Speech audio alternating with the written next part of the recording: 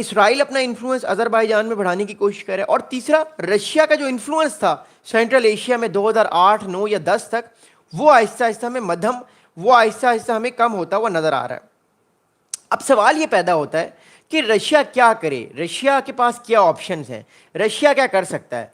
मैं इससे पहले आपको 2022 में लेकर जाना चाहता हूं, बिकॉज 2022 एक ऐसा साल था जिस साल जो मामलात हैं वो बहुत दुनिया के लिए डिफरेंट रहे, दुनिया के लिए बहुत जो है थे वो नए रहे, क्योंकि इससे पहले दुनिया ने इस तरह का कोई प्रॉब्लम देखा नहीं था। वो था यूक्रेन रशिया वॉर।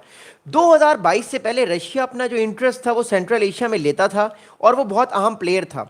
इवन जो 2020 की जंग भी हुई थी आर्मेनिया और अजरबैजान की, उसमें रशिया एक बहुत अहम पार्टी बन गया था। लेकिन क्योंकि 2022 में फरवरी में रशिया यूक्रेन रशिया वॉर में बिजी हो गया, तब से Russia is being very very busy in its war. और जो सेंट्रल एशिया है वो इस टाइम जो है वो इस टाइम चाइना और अमेरिका के हत्थे चढ़ चुका है, और सेंट्रल एशिया में अमेरिका और चाइना अपना इन्फ्लुएंस बढ़ाना चाहते हैं। मैं आपको दोबारा से सेंट्रल एशिया का मैप दिखाना चाहता हूं, और मैं आपको एक बहुत अहम चीज बताना चाहता हूं। इस मैप को देखिएगा। ओके, अब ये सेंट्रल एशिया का सारा मैप है। ओके, अब सेंट्रल एशिया में जो है वो ये ताजिकिस्तान, ये सारी स्टेट्स हैं सेंट्रल एशियन की, ये चाइना है, ये आर्मेनिया है, ये जॉर्जिया है, ये अजरबैजान है। अब मोर इंपॉर्टेंटली रशिया के लिए जो है वो इस टाइम आर्मेनिया और अजरबैजान बहुत इंपॉर्टेंट है। रशिया के लिए आर्मेनिया और अजरबैजान बहुत इंपॉर्टेंट है। रशिया ये चाहता है कि उसका इन्फ्लुएंस जो है वो रीजन में ख़त्म ना हो। लेकिन बात इस टाइम ये है कि चाइना जो सेंट्रल एशियन कंट्रीज़ हैं, कजाकिस्तान, ताजिकिस्तान, तुर्कमानिस्तान, उन कंट्रीज़ के साथ उसने बहुत सारे मुआहदे किए हुए हैं, और चाइना रेयर अर्थ मिनरल्स जो है वो इन कंट्रीज से आने वाले टाइम पे निकाल रहा है, और आने वाले टाइम पे वो निकालेगा। तो चाइना का इन्फ्लुएंस सेंट्रल एशिया में इस टाइम रशिया से भी ज़्यादा है। Second thing is that America को सेंट्रल एशिया में मिलिट्री बेसिस चाहिए, ताकि आने वाले टाइम पे अमेरिका जो है वो चाइना को कंटेन कर सके और रशिया पर भी वो नज़र रख सके। दूसरी बात ये, तीसरी इंपॉर्टेंट बात यह कि अगस्त के महीने में डोनाल्ड ट्रंप साहब ने आर्मेनिया और अजरबैजान के दरमियान जो पीस ब्रोकर करवाया है, उस पीस ब्रोकर करवाने के बाद हमारे पास जो इन्फॉर्मेशन आ रही है, उस इन्फॉर्मेशन के मुताबिक अमेरिका भी अजरबैजान और आर्मेनिया में इंटरेस्ट ले रहा है, और वहाँ पे अपना इन्फ्लुएंस कायम करना चाहता है, और इसराइल को भी उस गेम में लाना चाहता है। इब्राहिम अकॉर्ड्स में अजरबैजान को भी इंक्लूड करने के चांसेस हैं। मैं आपको इससे पहले मैं आगे बढ़ूं, मैं आप लोगों को आर्मेनिया और अजरबैजान का मैप भी दिखाना चाहता हूं, ताकि आपको ये असल गेम समझ आए कि इस गेम में आर्मेनिया और अजरबैजान क्यों है। इसको देखिएगा।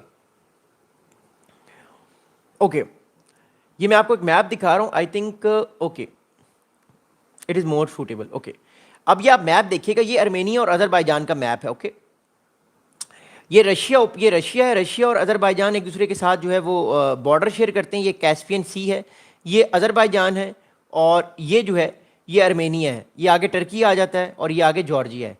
ये इलाका रशिया के लिए बहुत क्रूशल है, बहुत इंपॉर्टेंट है। मैं आपको थोड़ा सा बड़ा मैप करके दिखाता हूँ, ताकि आपको आसानी समझ आए कि ये इलाका क्यों इतना इंपॉर्टेंट है। एक सेकेंड वेट कीजिएगा। ओके,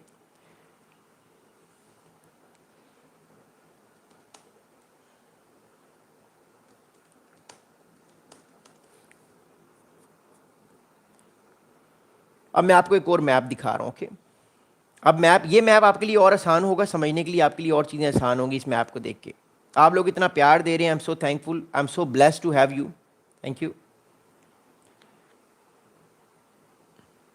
अब इस नक्शे को, इस मैप को देखिएगा। अब ये मैप जो है, ये मैप बहुत पुराना मैप लग रहा है, बट ये मैप बड़ा ज़बरदस्त है। ये रशिया है, ये कजाकिस्तान है।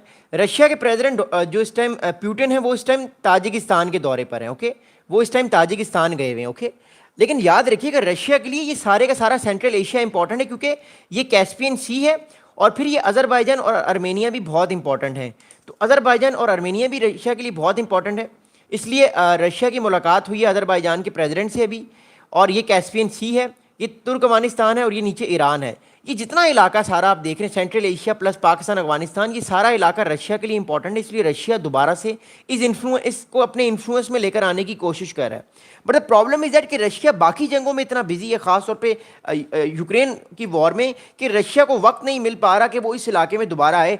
और चाइना ने इस जो गैप को फिल किया है, पिछले 8-9 साल से चाइना जो है वो इस सारे मामले में अपने आप को सरगर्म रखे हुए। अब अगली बात सुनेगा।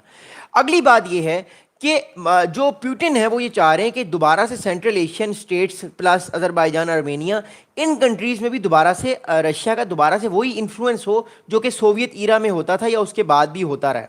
तो रशिया ये चाहता है। अब ताजिकिस्तान के जो प्रेसिडेंट हैं ताजिकिस्तान के प्रेसिडेंट मिस्टर इमामली रोमान साहब जो है, he has welcomed mister Putin landing in the capital Dushanbe जो है वो कैपिटल है ताजिकिस्तान का। वहाँ पे जब पुतिन साहब ने लैंड किया तो उनको वेलकम किया गया और उनको गले लगाया गया और इन दोनों ने मिलकर बातचीत की। अभी क्या स्टेटमेंट्स दी हैं वो मैं भी आपको बताता हूँ। अब रशिया के डिफेंस मिनिस्टर जब ये विजिट हुआ है, रशिया के डिफेंस मिनिस्टर जिनका नाम एंद्री बिलोशॉव है, एंद्री बिलोशॉव, और रशिया के प्रेसिडेंट पुतिन जो है ये दोनों इन्होंने दौरा भी किया है रशिया का जो मिलिट्री बेस है दुशैनेव जो कि कैपिटल है ताजिकिस्तान का, उसमें रशिया का एक मिलिट्री बेस है, उस मिलिट्री बेस का दौरा भी किया। अब ये मिलिट्री बेस है कहाँ पे? रशिया का ताजिकिस्तान में। मैं आपको मैप में दिखाता हूँ। ओके, इस मैप को देखिएगा, इस नक्शे को देखिएगा, आपको कहानी समझ आ जाएगी सारी। ओके, अब ये ताजिकिस्तान है पूरा, ये दुशैबनी, ये कैपिटल ताजिकिस्तान का। यहाँ पे रशिया का एक बहुत इंपॉर्टेंट मिलिट्री बेस है और इसके बदले जो है वो अमेरिका भी अपना मिलिट्री बेस जो है वो अफगानिस्तान है उसमें बगग्राम में बनाना चाहता है। आज बाय द वे अफगानिस्तान के ऑफिशियल्स ने एक बहुत फायरी स्टेटमेंट भी दिया है, मैं रात को उस पर बात करूँगा, लेकिन मैं अभी फ़िलहाल एक जनरली आपसे बात करना चाह रहा हूँ। एनीवेज, अगली बात सुनिएगा। अगली इंपॉर्टेंट बात यह है कि रशिया का इंटरेस्ट इस टाइम सेंट्रल एशिया में क्या है, मैं अब आपको ये बताऊंगा, आप लोग सवालात भी करते रहे। Russia has sought to keep its foothold in central Asia through energy deals including agreements to supply natural gas and build nuclear power plants. अब रशिया ये करना चाह रहा है, और पास में रशिया ने 1991 के बाद जब ये अलहदगी हुई थी, सोवियत यूनियन टूटा था, तो सेंट्रल एशिया भी, जाहिर बात है, सारी स्टेट्स भी अलग हुई थी।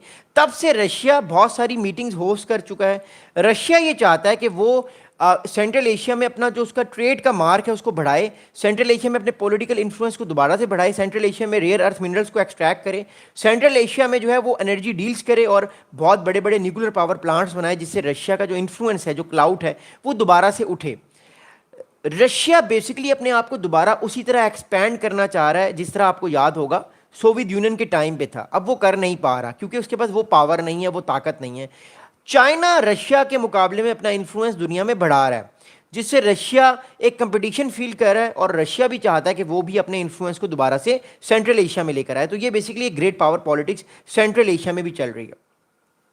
अब मोर इंपॉर्टेंटली ताजिकिस्तान की मैं थोड़ी सी आपको हिस्ट्री बताना चाहता हूँ, बिकॉज ताजिकिस्तान एक बहुत अहम कंट्री है, बहुत अहम मुल्क है। ताजिकिस्तान जब 1991 में अलहदा हुआ, ये सारी स्टेट सेंट्रल एशिया की टूटी, ये सारी स्टेट्स टूटी ईस्टर्न यूरोप में और सेंट्रल एशिया में। तो उसके बाद क्या हुआ, क्योंकि ये सोवियत यूनियन का हिस्सा था पहले 1991 से पहले, 25 दिसंबर 1991 से पहले। After the 1991 collapse of Soviet rule, Tajikistan was gripped by a 5-year civil war in which tens of thousands of people got died.